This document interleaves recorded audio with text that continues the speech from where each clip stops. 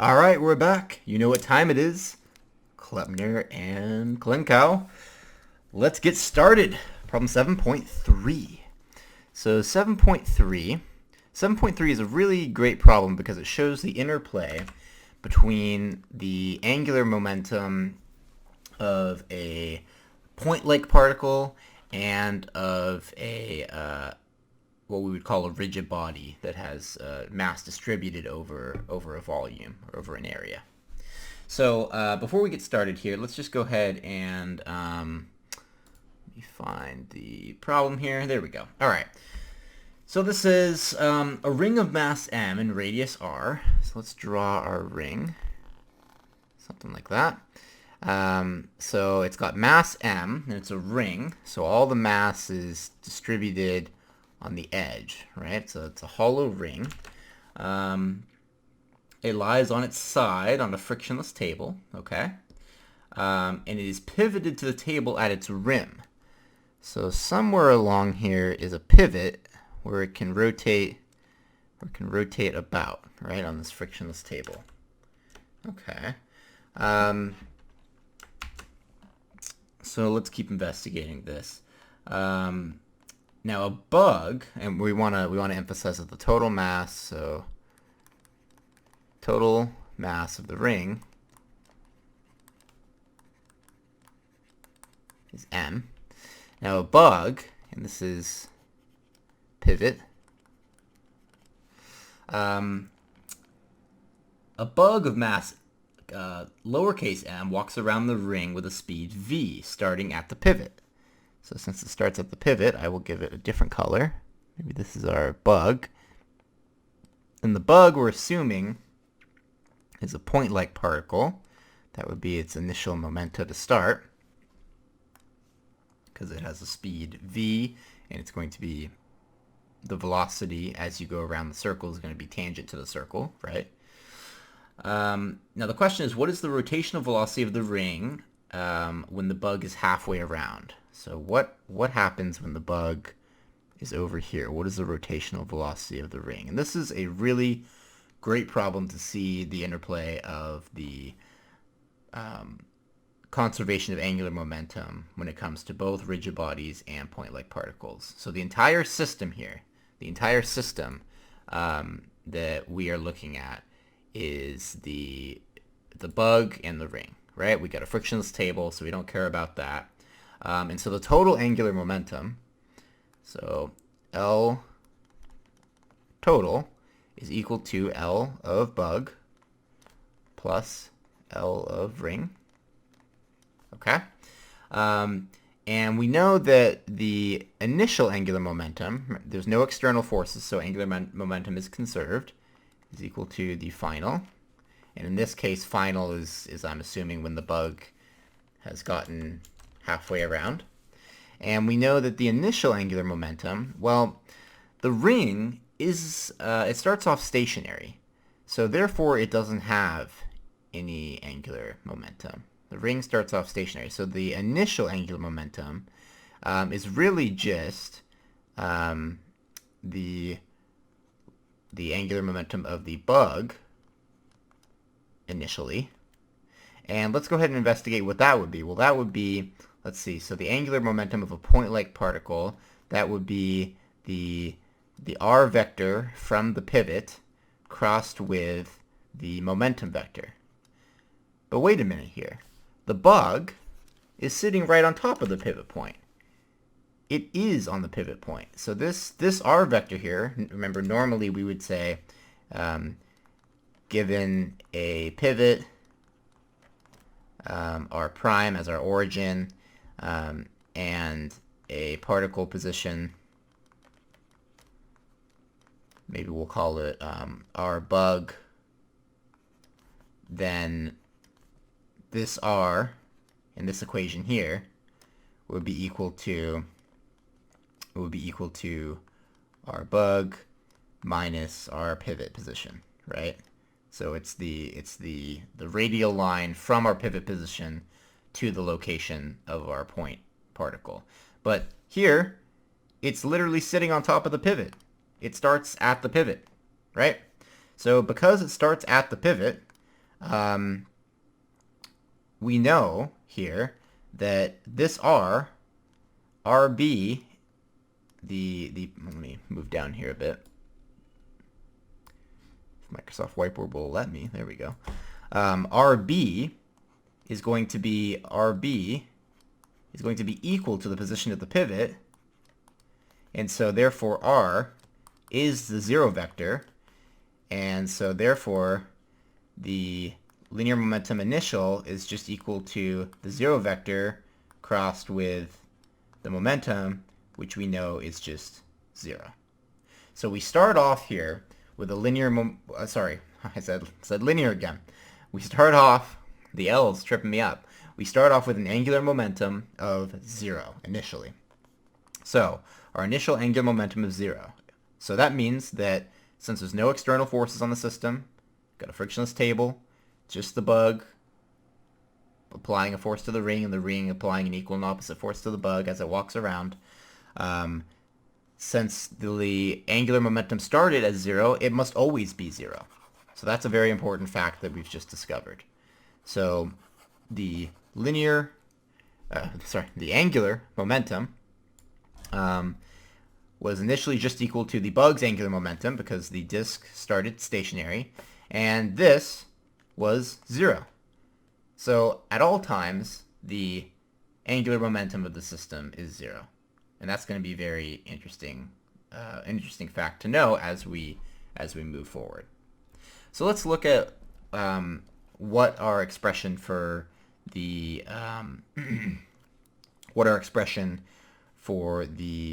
angular momentum is when the bug is halfway around, right? So when the bug is halfway around, now we have two terms. So L total, once again, it still holds. The superposition property still holds, that it's the sum of the bug's angular momentum and the ring's angular momentum. So let's put halfway. Once you're halfway around, that still holds true. Now, when you're halfway around, what is the bug's angular momentum? So let's draw this here. Bug is going here. Bug is going here. So the bugs, in fact, let's leave this term alone for now, and let's tackle the rings. Let's tackle the ring's angular momentum. So what's the ring's angular momentum? Well, the ring isn't a point-like particle, right? The ring is a rigid body that has some mass distribution, and we know that for rigid bodies,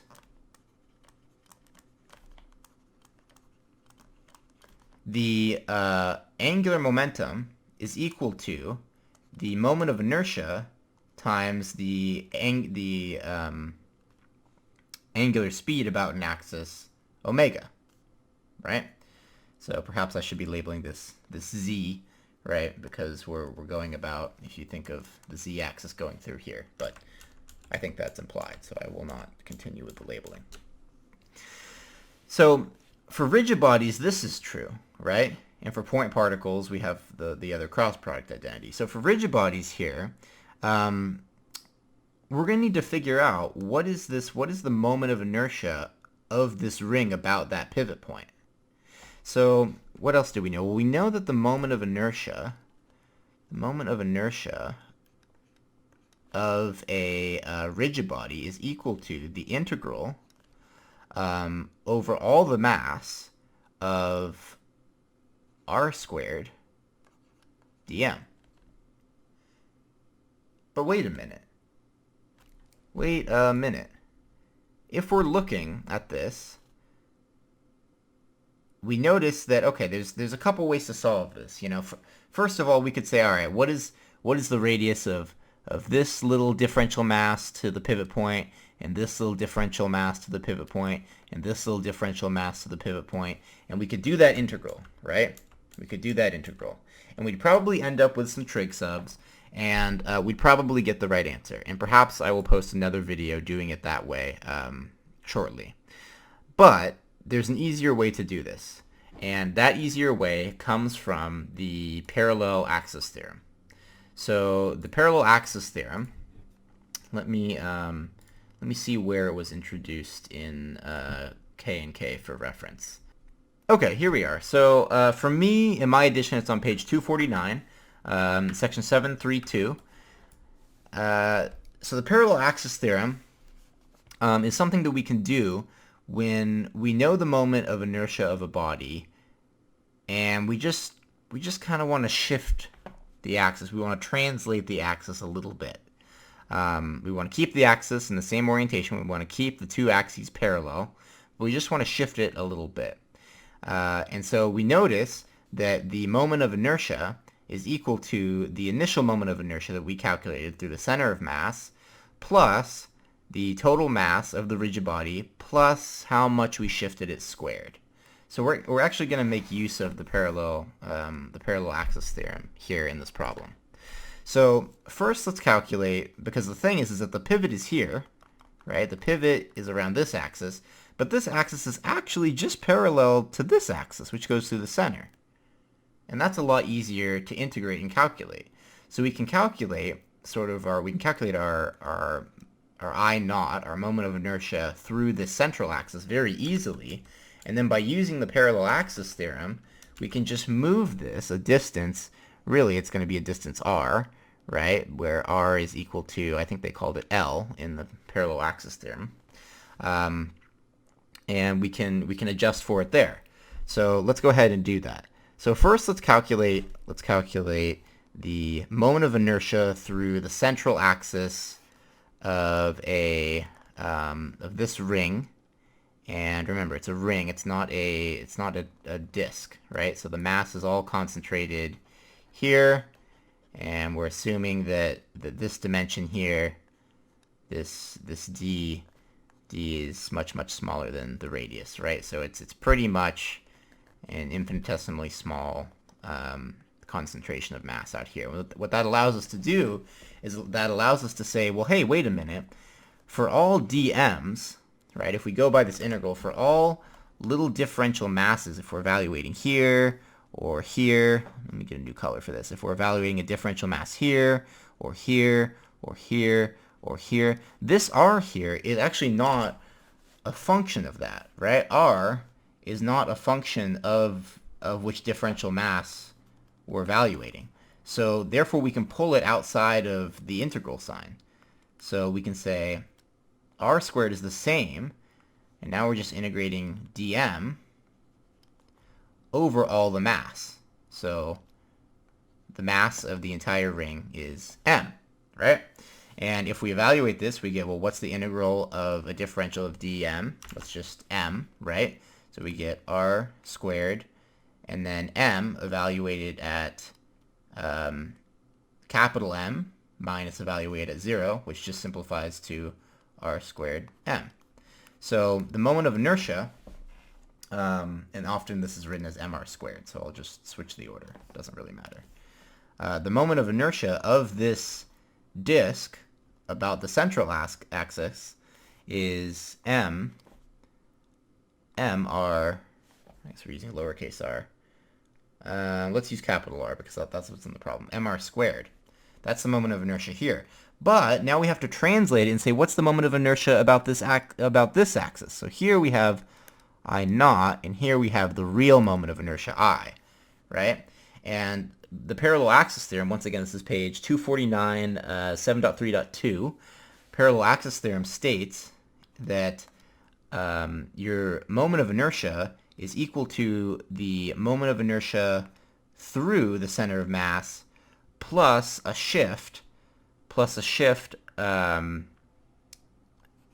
the mass of your object, and then times how much you shifted it squared. So here we're shifting this over by a distance r. So it's going to be plus mr squared. So if our actual moment of inertia of this ring is I naught plus mr squared, and we know that I naught is equal to mr squared, our actual moment of inertia about this pivot point is equal to mr squared plus mr squared, which is just equal to 2 mr squared. So that's how we can use the parallel axis theorem to avoid what would probably be a pretty nasty integral to do. And I may do in a later video, I may evaluate the integral using a trig sub or something of that nature, just to show that it can be done that way without the parallel axis theorem. But this is a very good use of the parallel axis theorem. Whenever you see something that looks like, in this case, we have something that is circularly symmetric, oftentimes finding the moment of inertia through the center of mass in a circularly symmetric system and then adjusting it with the parallel axis theorem is a lot easier than doing a nasty integral. So here we have this I. We have this I. Okay, so that was a bit of a tangent, no pun intended. Who knows what the trig sub would have been? It would not have been tangent because there would have, it might have been. Anyway, all right, so here what we were doing is we were saying, all right, well, we know that the angular momentum of the system is always 0, and we know that halfway around, as in any case, it's the sum of the angular momenta of the bug and the ring. So let's go ahead and calculate the angular momentum of the ring, which is what we were doing. And we said that the ring is a rigid body, and for rigid bodies, this is the angular momentum.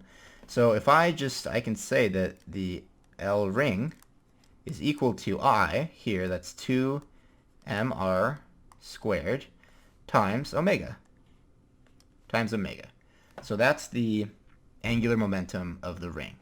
And then we want to calculate the angular momentum of the bug when it's halfway around, right? I'm going to calculate the angular momentum of the bug when it is halfway around. So let me just make sure we're on the right track here. Yep, okay, good. So let's now analyze the angular momentum of the bug. So remember, this here is a rigid body, and this here is a point particle. So for the point particle, we're going to go back to that cross product definition, right, where it's equal to momentum cross, it's R first. Remember, cross products, it matters what order you do them in, so make sure you get that R first, otherwise you're going to be spinning clockwise when you're spinning counterclockwise and vice versa. So for this point particle, we'll draw a picture, and we'll say here is the pivot point, right? And here is now, we used red for the little bug, so we'll use red here. Here's where we are now. Now our momentum, we're walking around the circle, so our momentum is always going to be tangent to the circle in the direction that we're walking. In this case, we're walking clockwise. That was just kind of an arbitrary decision by me. And so here, this is our P vector. But what's our R vector? Well, this right here, the distance from the origin to where we are now, that's our R vector. So this is R. Maybe not capital R. We'll do lowercase r to be consistent. This is our R vector. Okay, so that's interesting. So one observation to make is that these, when it's halfway around, these are orthogonal. They're at 90-degree angles to each other, right? Now, what do we know about cross products? We know that, so let me just make a little note here. This is very useful to remember. A cross B is equal to the magnitude of A times the magnitude of B times sine of theta, where theta is the angle in between A and B. So if we apply that to this situation here, we see that R cross P is equal to the magnitude of R times the magnitude of P times sine of the angle between them. What's this angle in between them?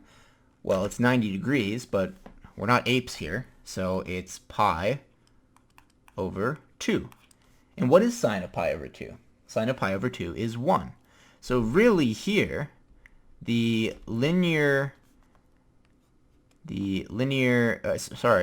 momentum of the bug is just equal to the magnitude of r times the magnitude of p.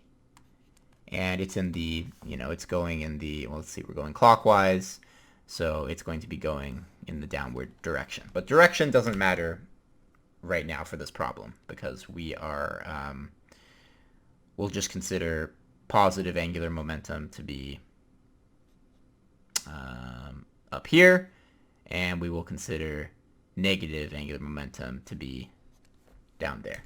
So really, it doesn't really matter whether it's positive or negative, and it didn't specify whether the bug was walking clockwise or counterclockwise, so it really doesn't matter. So here, what is the magnitude of this r vector? Well, clearly, if this ring has a radius of r, the magnitude of the r vector is just 2r. So 2r, and what's the magnitude of this momentum vector? Well, the momentum vector here, right, is equal to mv. Now this is where you have to be really careful. You would be tempted to say, you'd be very, very tempted to say that, oh, well, the angular momentum of the bug is just, in fact, 2r times mv, right? 2r times mv. That seems reasonable. But here's the problem. The bug's velocity has actually changed. Its linear velocity has actually changed. You say, what do you mean its linear velocity has changed? What, did it slow down? Get tired? No. The reason the bug's velocity changed with respect to some general coordinates that are outside of this disk system, right? The bug is still moving with the same velocity on the disk, right? The bug is still moving with the same velocity on the disk, but now the disk is also moving. Now the disk is also rotating about this pivot, right? And so as the bug is moving clockwise here, this disk is moving anti-clockwise. And so therefore, the effective velocity of the bug, the effective linear velocity, is actually going to be less than what it was at the start. Because it's on a track, it's on a track, and it is moving at the same velocity with respect to that track in the reference frame of that track. And by track here, I mean the ring it's running along. But the problem is that now with this rotation, the track is moving backwards slightly, so its velocity is decreased. So the bug's velocity is actually decreased. So this is a very subtle trick in this problem that you have to be aware of, is that because it's on this moving rigid body, its effective linear velocity is actually going to decrease. So we have to calculate its new velocity. I'll call it Vn for new. And it's actually going to be v. It's going to be the initial velocity it had, but now we have to subtract the factor that is going to be essentially how far the track is moving it back. So that factor is going to be, well, we know the track is moving, or we know the ring is rotating at an angular speed of omega. So the factor that we have to adjust by, in other words, the new velocity is the old velocity minus 2 pi omega. You say, okay, why 2 pi omega? Well, what's the circumference of a circle? It's 2 pi r, right?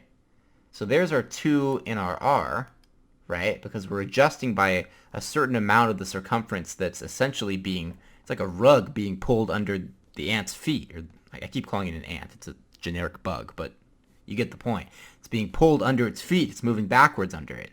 And so this 2 and this r come from this formula, but we're assuming that omega is already in radians. So we don't have to account for the pi here. So the effective linear velocity is the velocity that it started with minus how much it is much the rug is being pulled under its feet, how much the ring is moving against the direction that it is moving. And that factor is going to be 2 times the angular velocity times r, because that's how we calculate circumference. Okay, so that was a bit tricky, and that's a step that tripped me up when I first did this problem. So here, and if you need further clarification on that, let me know in the comments. I think that's definitely a point of clarification that may need to go over more, but it may also be obvious, so I won't do it. I won't do it here. But if you have questions about that, that's a very good thing to ask questions about. Okay, so it's got a new effective velocity. I've substituted that in here for its new momentum. So now we're gonna multiply this by m. M times v minus 2 omega r. All right, there we go. So that is the angular momentum of the bug, right? That's the angular momentum of the bug. And you say, okay, that's the angular momentum of the bug. But what we're really after is we're after how fast is this ring going? So what's it, how are we solving this problem? Well, we're solving it via conservation of angular momentum. And so if we know that, remember initially, way back up here, if Microsoft Whiteboard would stop lagging on me, way back up here, we said that initially the angular momentum is 0, and that must always hold true. So if this is the angular momentum of the bug, then the angular momentum of because the only two terms we have that add together to get the angular momentum is the angular momentum of the ring and the angular momentum of the bug.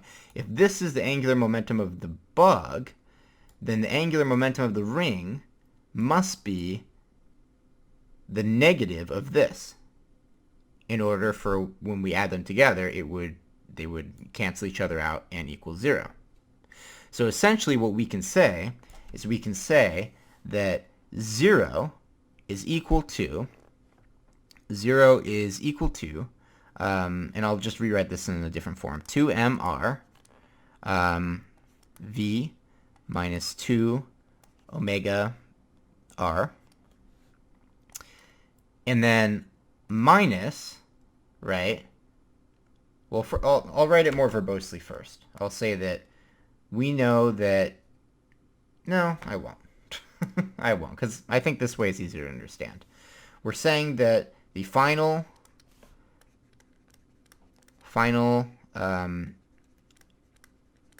angular momentum is equal to, this is angular momentum of the bug, and then we are going to add the angular momentum of the well, what we're going to do is we're going to subtract the angular momentum of the other guy, because we know that they must be equal and opposite. Or actually, they must be equal, right? But for them to equal 0, they must be opposite. I hope that makes sense. That was perhaps a poor explanation. But we're going to subtract what we calculated up here, which is the angular momentum of the ring, 2mr squared omega. 2 capital M r squared omega. So essentially what this is saying is, hey, for the final angular momentum to be 0, we need to add the angular momenta of the bug and the ring and have it be 0. And let me see, I think this you could write this as addition and this is subtraction. We may have lost a negative sign somewhere in here. Let me try and see where we recovered that. Where we would recover that. Oh, yes. So this guy here, when we took this cross product here, notice how here we're rotating clockwise, and so it would actually be a negative it would actually be a negative angular momentum. So technically there's a negative sign. There's a negative sign here, and here, and here. And so we add this. So anyway, we lost the negative sign. My bad. But the point is that 0 is equal to the sum of all momenta. Okay, and this is the sum of them. This one had a negative sign that we forgot, and then this one has, this one's just our regular rigid body angular momentum for the ring that it's walking around. Okay, so now we just use some algebra and we're trying to solve for this omega here, right? We're trying to solve for omega. We want, what is the angular velocity of the ring when the bug is halfway around? So to solve for omega, the first thing I'm going to do is, I see a lot of r's here. I see a lot of r's. So I'm going to go ahead and factor out. I'm going to go ahead, well, first thing I'm going to do is I'm just going to multiply both sides by -1. So for no reason other than I like having the positive term first, which is kind of a weird, I don't know. I feel like the positive term should always come first. And I also feel like the largest term should always come first. Maybe, I don't know if I feel that way. Whatever, it doesn't matter. I'm multiplying it by -1, so we change this negative to a positive and this positive to a negative. Same identity. And then I'm going to factor out some r's. So look, from the first term here, we can factor out, yeah. So we can, and also 2's and r's we can factor out. So we get 0 is equal to 2r, equal to 2r times 2r times mv minus omega, that's already an r there, so omega r, and then times, let's do m minus big M. And you can check that this algebra all works out. I'm pretty sure I factored that correctly. And so what do we know? Well, 2r, we're assuming the radius is greater than 0. So if this whole thing is equal to 0 and the quantity 2r is greater than 0, then this thing must equal 0, right? So that's equivalent of dividing both sides by 2r, right? And here we're assuming that the radii is greater than 0.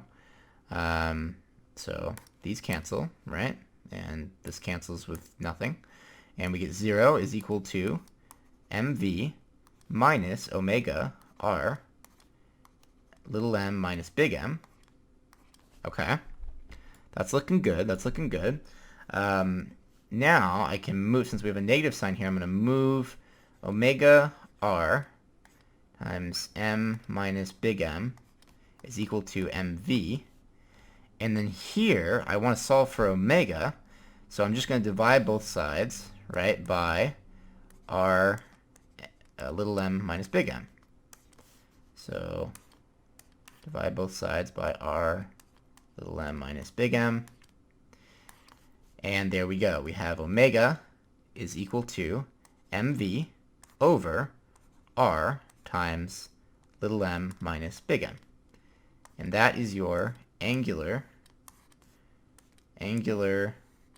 velocity halfway around. So that is, I believe, part A to the question. Now, part B is very simple. Part B asks, this is part A. This is the answer for part A, and the reasoning behind it. Now, part B says, okay, what about when the bug returns to its initial position? Well, when the bug returns to its initial position, remember, if the bug is just crawling around on this ring here, there's no external forces. The entire system is encapsulated in the bug and the ring itself. And so, once again, as I described earlier, if the bug is in, and we're using red for the bug, if the bug is in this position, and the pivot is also in this position, then the r vector is equal to the 0 vector, and therefore the angular momentum of the bug is equal to the r vector, which is the 0 vector crossed with the momentum of the bug, which is equal to 0, we know that the total equals 0, which is equal to L bug plus L ring. Okay, well, we know L bug is 0. We just proved that when it returns to its starting point. So this term goes away. So L total is equal to 0 is equal to L ring, which implies that L, well, it doesn't imply, it clearly states that L ring is equal to 0, which then implies that what's the equation for a rigid body motion? That 0 is equal to I omega, and we know that the moment of inertia is, because we know that the radius and the mass are positive quantities, we know this is a non-zero quantity, I, so therefore omega must be 0. So when the bug returns to its starting location, omega, the angular velocity of the ring, is once again equal to 0 by conservation of angular momentum. So anyway, I hope this explanation helped. Part B was sure a lot more simple than Part A, because we had a lot of the reasoning done in Part A. I would like to try this problem without using conservation of angular momentum and without using the parallel axis theorem, and actually do the nasty integrals and see if it works out.